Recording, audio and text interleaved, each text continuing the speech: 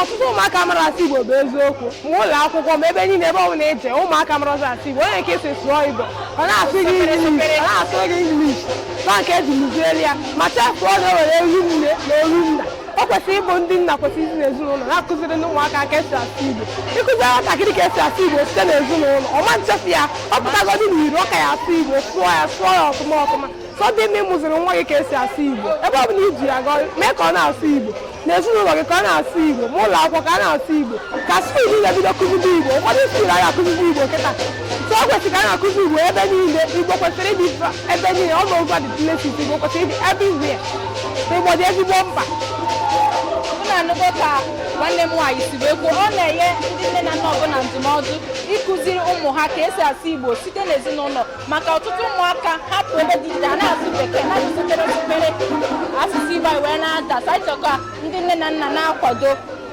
ụmụaka ha n'isi Igbo. Ndewo. Aha m bụ Nwaada Nnenna Ani. Anyị gbakọrọ n'ụbọchị nke taata maka emume a na-akpọ Ọja Cultural Festival nke ọ bụ Nwaada Amarachi Atama hazi.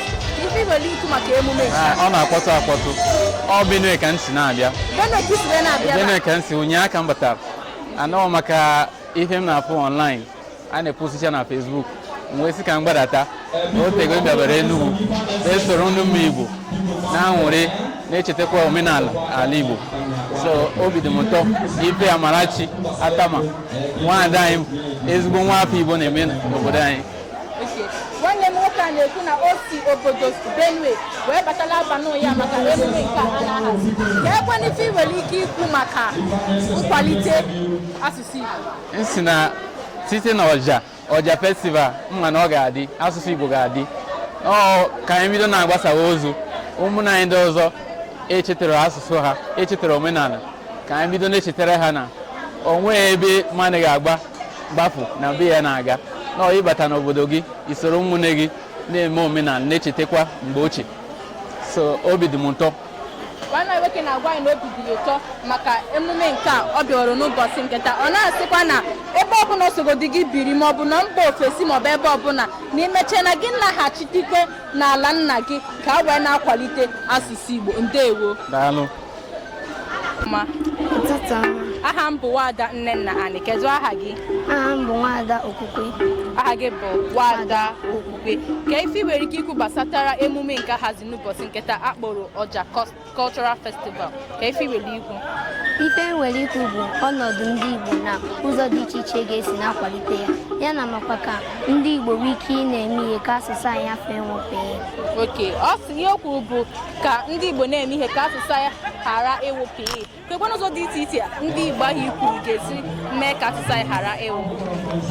Na mbụ, ịkụzi asụsụ na omenala Igbo ga-abụ iwu na-aga na-akụzi ya n'ụlọ akwụkwọ dị iche iche ma mekwa ka ukwu ma nke nta ma mekwa ka ụmụ akwụkwọ tinye uche na mmasị ịmụ n'asụsụ Igbo dịka na ịsụ na bekee dịka asụsụ bekee. Nke abụọ, ndị nne na nna kwesịrị ị na-asụrụ ụmụaka ha asụsụ Igbo ma hapụ ị na-asụrụ ha asụsụ bekee mgbe ọbụla ebe a na-achọ ịṅomiri omenala ndị ọcha ma chefuzi omenala nke anyị maka ka a sị na mmadụ hapụ ihe ọ ji achọ mma ya rụọ. Nke atọ, ndị nne na nna kwesịrị ị na-akpọrọ ụmụaka ime obodo mgbe a na-eme mmemme ọbụla dị iche iche dịka iri ji ọhụrụ, ịgba mgba, iti mmọnwụ na ụmụ omenala Igbo ndị ọzọ dị iche iche ka ụmụaka nwee ike na-amụta mma na amatakwa omenala Igbo dị iche iche. Ọ bụrụ na ịbụ ndị Igbo elebara anya n'atụmatụ ndị a ewepụtagasịrị ebe a, asụsụ na omenala Igbo ga-abụ ihe ga-akwalite nke ọma ma mekwa ka ọ bụrụ asụsụ eji eme ọnụ n'ụwa niile gbaa gburugburu. Ndewo. Ndewo. Nwaada Okwuchukwu. Aha m bụ Mba Mmesoma. Aha ya bụ Mba Mmesoma. Ọ ma ihe mere eji wee gbakọ n'ụbọchị nke taa maka emume a na-akpọ Ọja nke ọ bụ Nwaada Amarachi Atama bie haziri ya. Ka ife nwere ikwu maka emume nke a na-eme? Ihe m na-ekwu maka emume a na-eme ndụmọdụ m ga-enye ndị Baịbụl na ka anyị wee nyere aka kwalite omenala Igbo maka na ị na-aya taa ị na-ajụ nwa Igbo ije onye Hausa ajụjụ na Hausa ọza gị na Hausa, ije onye Yoruba ọza gị na Yoruba, mana ije onye Igbo ọsị gị woji ise ọsụọlụ gị bekee. Ọ dịghị mma, ọ kakwa mma ka ndị gọọmenti ekwela anyị aka kwalite omenala anyị nke bụ ka e na-etizi ya na ụlọ akwụkwọ dị iche iche na ọ na-enyere aka.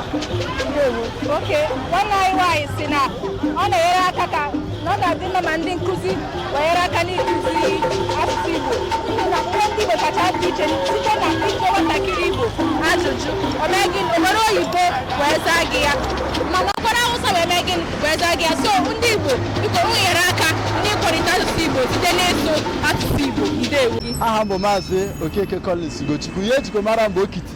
Asụsụ ife ejibadị ya bụ Okiti mana ezigbo aha ya bụ Maazị Ugochukwu Okeke Collins. Maazị Ugochukwu Okeke Collins. Anyị ma na isa ya zọpụ njem a site n'ịkwalite asụsụ Igbo. Ọja asụsụ Igbo.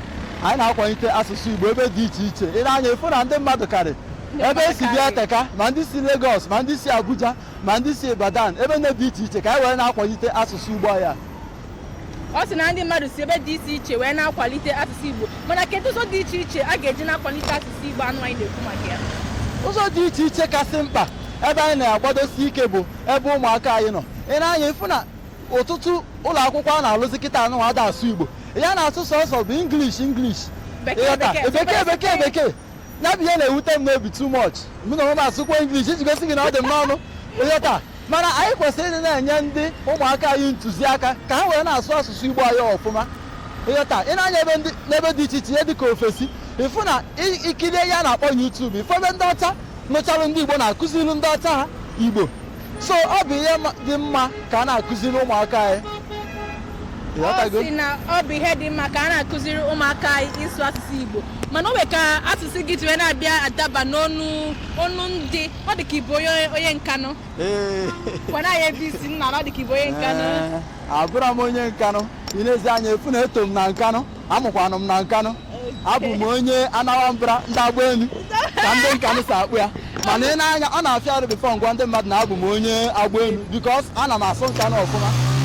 Ọrụ ya ị ga-alaiki ya. Ị ga-alaiki ya maka Nkanụ dị ụcha Nkanụ amaka.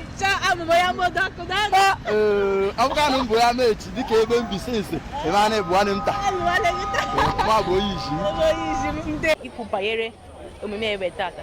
Ana m ekene ndị kwadoro ọgbakọ ọmaka ị na-anya efu na asụsụ anyị na-anazi ana anyị ejiri ewe kpọrọ ihe o sikarịrị nkapịa n'isi. Ana m agwa gị eziokwu ma jọkarịa udene na njọ maka ife ndị anyị na ha na-emekọ ihe ndị Awụsa ndị Yoruba ije na be ha ọsọkwu ya na ha bido ala bekee bite ya nka mgbe ọbụla ma ala bekee ahụ ha natara ha ga na-asụ ya, mana ndị Igbo anyị na-eme anyị ihe ihere onweghị ihe ha ji kpọrọ ma onye ukwu ma onye nta. Nna ga-enye aka, ọ bụghị sọ nne na nna, ndị gọọmenti ị na-anya efu ihe nji ewenyere Peter Obi aka na Anambra steeti.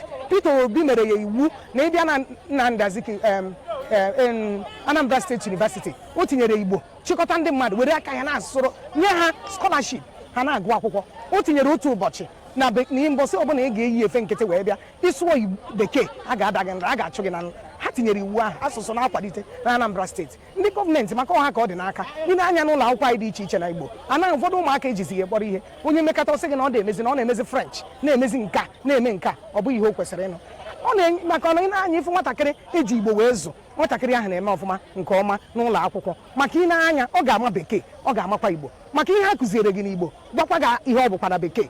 Ị na-alarugodo ụlọ ị ga-enwe ike kọwaa ya, a na-egbugodo ga-egbu ị ga-enwe ike kọwaa ya, mana ha aghọtaghị. Amụrụ m ụmụ ise ha na-eme nke ọma eji m Igbo ha na-asụ bekee ị ga-asị amụrụ ha n'obodo oyibo, ha na-asụ Igbo ha na-asụ bekee ha na-eme nke ọma mana nnukwu ụlọ akwụkwọ agaghị na-ekwu ihe ha gụrụ mana igosi na ihe ahụ a na-ekwu bụ eziokwu. Ana m ekele ha, ha jidekwe ka ha ji.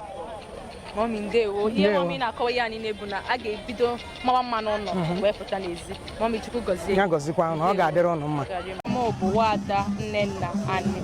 Onye wa bụ onye Chukwu tinyere ihe nkụ na ụbọchị nke taa n'obi o wee mee ya o wee bụrụ ihe fepụtara ibe ka ife nwere ike ikwu maka Ọja Cultural Festival. Ihe na-ekwu bụ na Chineke tinyere aka na nke a kemgbe anyị bidoro Chineke na-etinyekwa aka maka ịhụrụ na nke afọ a ọ tinyere aka karịa ya bụ ihe niile wee gaa nke ọma.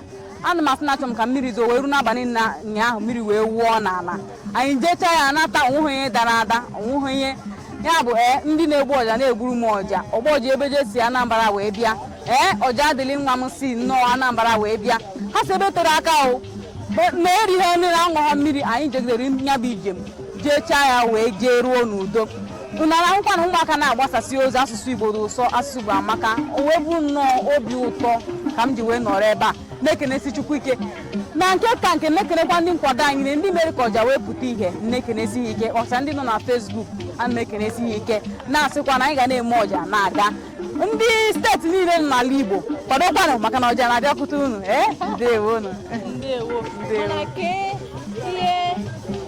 ihe ga-asị na ya bụ ihe dịka agada gbachiri ụzọ pụtalụ gị mgbe ị na-akwado maka emume akọwa nke ahụ ya agaghị anata